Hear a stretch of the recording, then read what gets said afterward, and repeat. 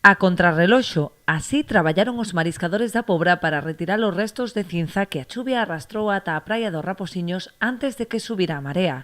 Contrarreloxo porque dependemos do mar, ao haber mal tempo encima sube sempre máis rápido e tal, intentar quitar a maior cantidade de material que se poda nestes momentos. Unha capa de sedimento de máis de 50 centímetros de espesor cubriu o principal banco da confraría pobrense. É o banco máis importante que temos.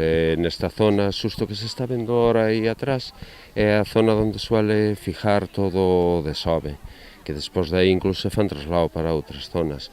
Xa nestes momentos temos de preto de 50 centímetros de altura de material aí encima, que eso vai matar completamente todo o marisco.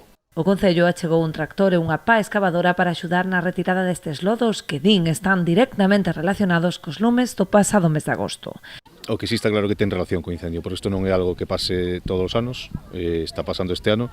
As chuvias fortes continuadas de estos días, pois os medios que puxemos arriba intentando frear no encoro non son suficientes porque isto é material moi fino que atravesa a rede que temos anticontaminación, chega aquí, se deposita e é pois moi difícil que o marisco sobreviva con unha capa tan grosa sobre el. É habitual sempre que che veñan restos de materia vegetal, follas, paus máis moídos ou máis grandes, pero non isto. Isto é algo excepcional, isto se ve que ten unha consecuencia directa dos incendios.